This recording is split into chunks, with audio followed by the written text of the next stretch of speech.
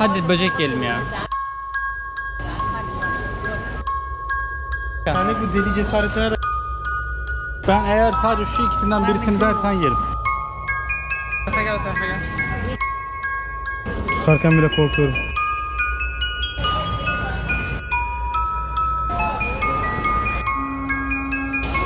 Dene. Ha vallahi korkma. Ağlarım bak, ciddiyim abi. Önce ben deneyeceğim, sen deneme. Ver deneyeceğiz. Hayatımda bunu da yapmadım demiyorum. Ben bu anları canlı canlı... Yedin lan!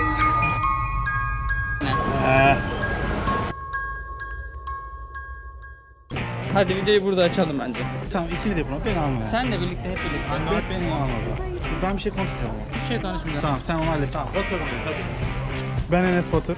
Hepinize merhaba arkadaşlar, ben Vatorum. Tamam hadi gel video çekelim diyor adam sabahtan beri. Merhaba arkadaşlar. Neyse açılış yapmama izin vermediler. Hepinize merhaba arkadaşlar. Şu anda Vatorun'dayız ve Tayland'daki turistik yerleri gezmeye çalışacağız. Buradaki etrafta olan birkaç turistik yerler daha var. En çok turistlerin akın ettiği yerlerden birkaç tanesi diyebilirim. Tayland'daki turistik yerler neresi ve Tayland'a geldiğinizde turistik yerlerin, en çok turistlerin geldiği yerleri merak ediyorsanız bununla ilgili bir video yapmak istedim. Vatorun'la başladık. Devamında birkaç turistik yer daha göreceğiz. Söylemek istediğin bir şey var mı? Ümit. Barış, senin söylemek istediğin bir şey var mı? Ne haber lan Vatorum?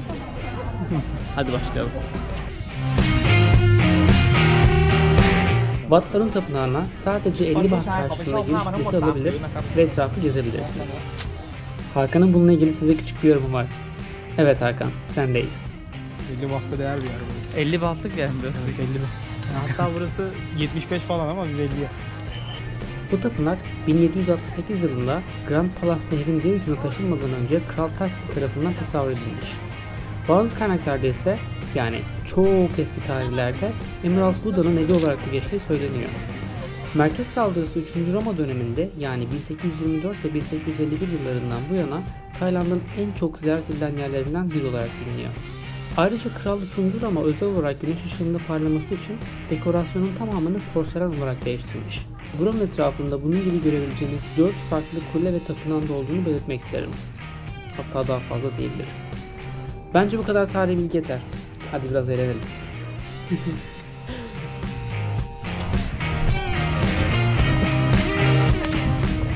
Şu an Vatorun'dayız. Başkan what are you? Terledin mi? Yok. Ben çıkmak istedim. Bırak ben çekerim videoyu.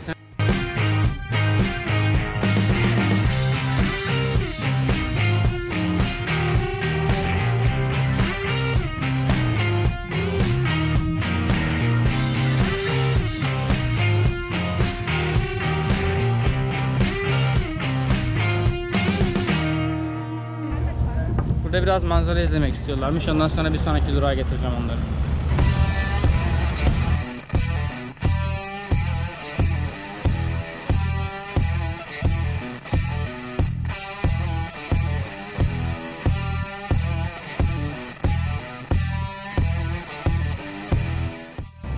Hadi gidelim.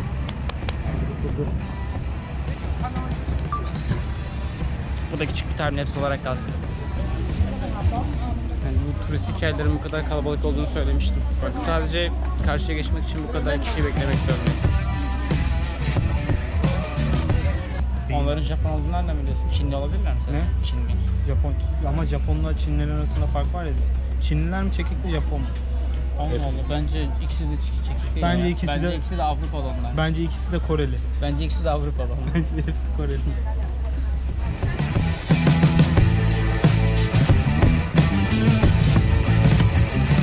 Hikayesini anlatmak istiyoruz. Gemi Amerika-Vietnam Savaşı'nda önemli rol oynamış demek isterdim. Ama oynamamış büyük bir ihtimal. Çünkü bu Tayland malı bir yer. Bence komik.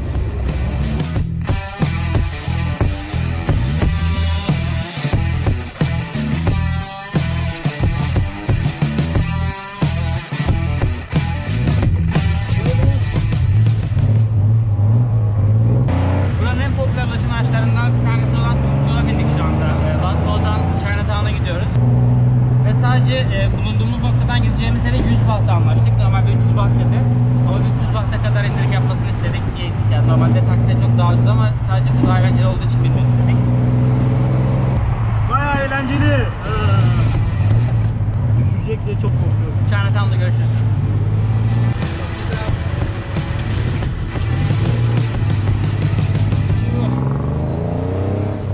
Şu anda ya buranın aslında Bangkok'ta Çin kasabası diye geçen bir yer var. Yani sadece burada Çin ürünleri ya daha doğrusu Çin kültürünü yansıtan bir yer burası. Birkaç şey denetmeye çalışacağım. Eğer denerlerse ben de birkaç şey yemeyi düşünüyorum eğer bulabilirsem.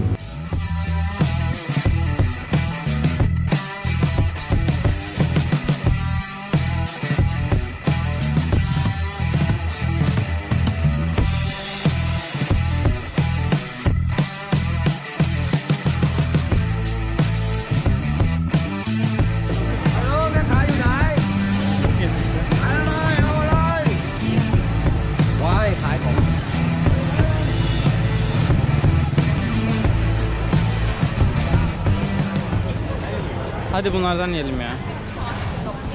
Tövbeler olsun. Hiçbir şey denemiyorlar ya. Hiç eğlenceli değil. Tayland mutfağının gözünü seveyim. Bu ne bu? Hadi böcek yiyelim ya.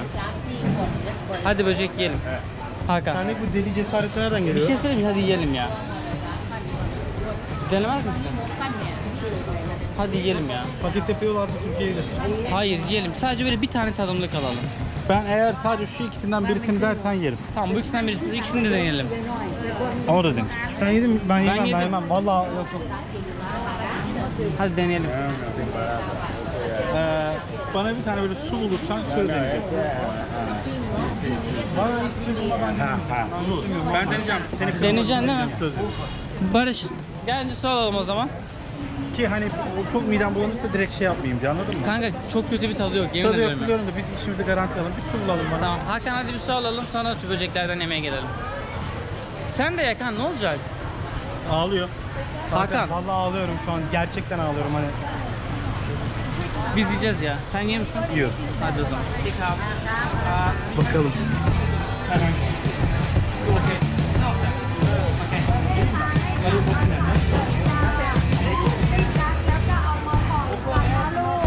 Lan daha deminden burası bomboştu.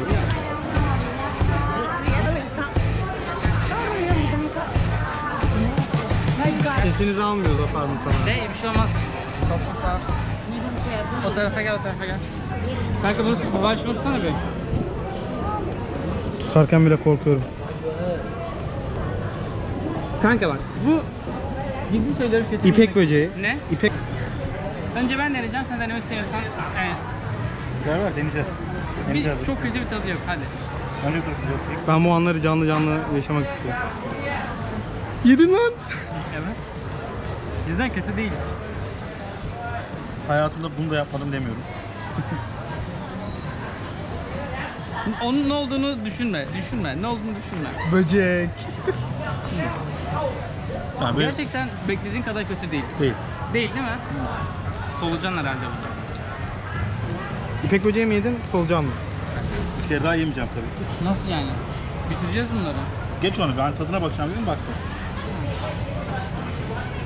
Kanka al birkaç tane daha al ya. Ben şunun tadına baktım, şimdi diğerinin tadına bakacağım. Başka da yemem zaten. Ben kralı yakından çekmek istiyorum.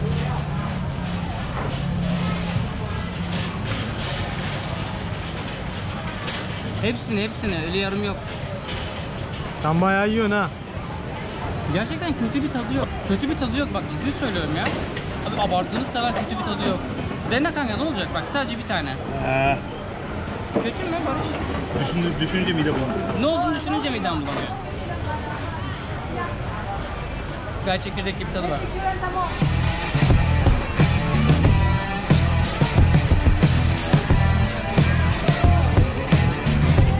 Kanka elini arkasına koysana, fokus yapıyorlar ya, böyle şey yapıyorlar ya. Makyaj videoları. Diyor. Euroşa'da İpek böceği. Ben Hakan'la denemesini istiyorum ya. Hakan lütfen. Yiyebilir miyim? Ben sana bir şey Bak söyleyeyim bir şey sana. söyleyeyim mi? Hakan. Yani yediğimiz şeylerden daha kötü değil yani. Hakan yemin ediyorum o yediğin yumurtadan daha kötü değil. Bana güvenir misin? Yumurta yemedim. Dene. Beni birazcık değer veriyorsan. Ha vallahi korktum. Ben ağlarım bak ciddiyim abi. Ne olduğunu Bak düşünme. gözüm doldu yapma yap. Ne olduğunu düşünme Hakan.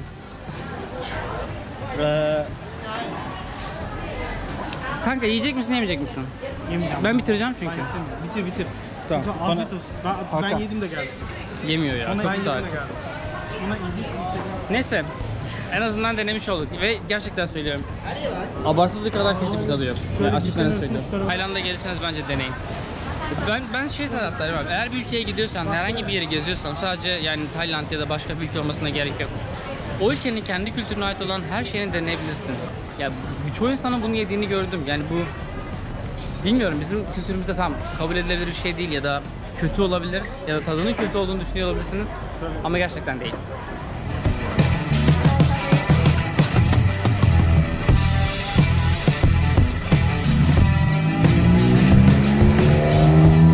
Bugün Tayland'ın turistik yerlerini gösterdik. İzlediğiniz için teşekkür ediyorum. Beğendiyseniz kanala abone olmayı unutmayın. Evet arkadaşlar bugün Kadıköy Kurbağalı Dere'deyiz.